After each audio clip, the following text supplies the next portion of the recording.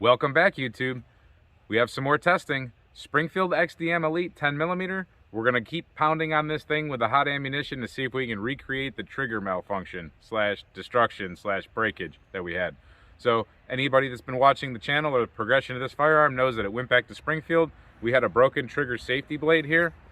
It's this little teeny tiny blade that it feels very tiny. It's just a little piece of plastic in there compared to what's a pretty good stout trigger, but that's what broke supposedly. You can look back on the other videos to see that. I was doing some dry fire testing just to see if I could repeatedly dry fire the trigger to get it to break.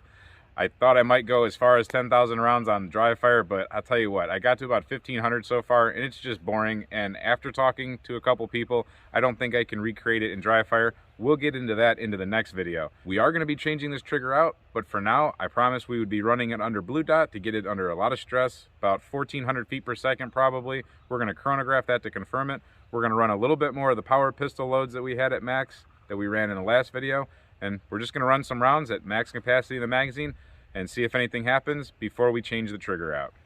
The first load we're going to be using is power pistol sitting under a 155 grain nozzler jacketed hollow point. That's got 10 grams of power pistol, or 10 grains. Grams would be pretty crazy.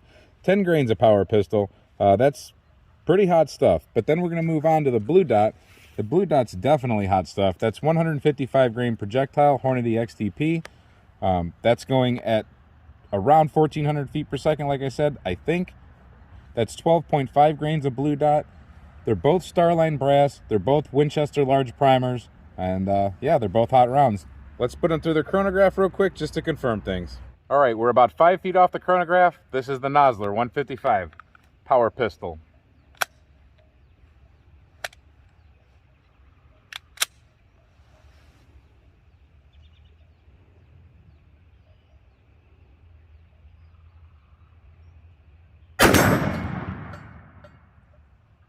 $12.83.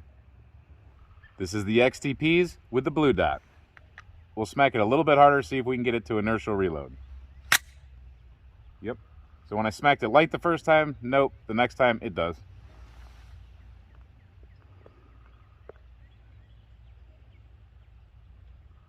$13.20. So not quite 1,400. I'll change that the next time I load these up. We're going to take that shot one more time just to confirm.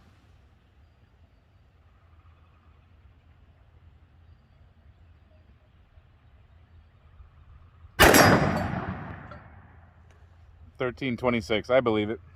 All right, we're going to do it at about 50 feet this time. Here's the XTPs with the blue dot. We have already one in the chamber, so we should have 11 plus 1, which is how you would carry it with this magazine.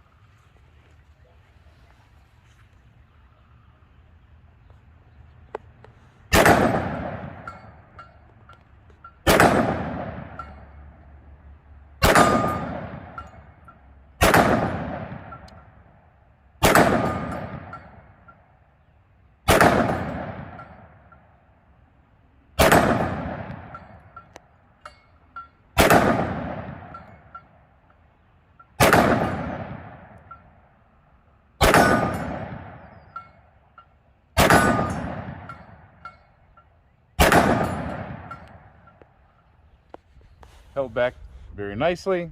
That's rocking that pistol, trust me. When it comes to accuracy, I really do like this firearm. That's me, and that's me coming off a target a little bit, but everything else landed right in there. That's really nice, I like this. All right, we're gonna do the exact same thing at 50 feet with the nozzler jacketed hollow points on the power pistol.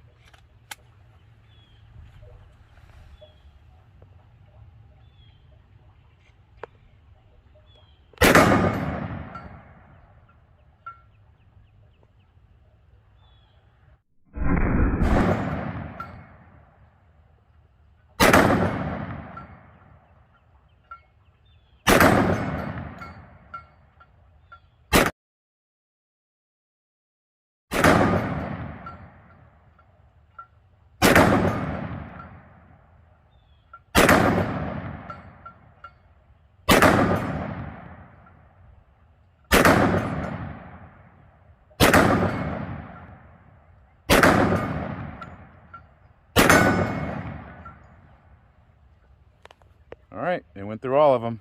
So again, I had one come out there and one come out there. The rest of them landed pretty nice grouping right down there and a few up here, where obviously that's just me with the iron sights. I like the fiber optic front sight. You can see it. It's just not as clear and crisp as, let's say, a 3-dot sight. It's definitely not like when you're using a blacked out sight and you're on white paper or anything like that, but it gets the job done. And for defensive, that's what you want, is you want to be able to see your front sight because you want to be front sight focused. So I'd say that's pretty awesome for a big, actually pretty bright fiber optic front sight. We don't have a whole lot of light right here, but this thing's glowing like it's a rifle red dot set on max. Maybe you can see that on camera. The front sight is blacked out and it's serrated for anti-glare, but the red fiber optic is really nice. All right, back to the XTPs. We're a little bit closer because I'm going to go a little bit faster, so I got to be safe. We're going to go for 15 plus 1, so that's 16 rounds of the hot stuff. Let's hammer away.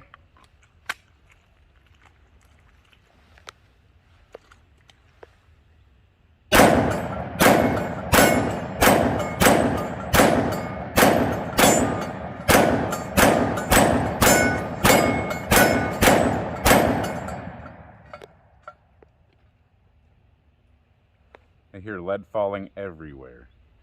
So that's all that's left of those rounds after hitting that plate that hard. As you can see, accuracy is not that bad. However, I'm not that far away, but it is a horse of a round to handle. Well, you saw it. We couldn't break it with that. Those are pretty hot rounds. I can get hotter, and I will, but not until we get the new trigger in there. So that's what's next for this firearm. We have a Powder River Precision aluminum flat face trigger to put in here. It's the nice one. It's the nicest one. That's the one that just looks super rock solid to me. Looks like a rock solid company, so that's the one we went with. And a lot of you in the comments section, you suggested that company, so thank you.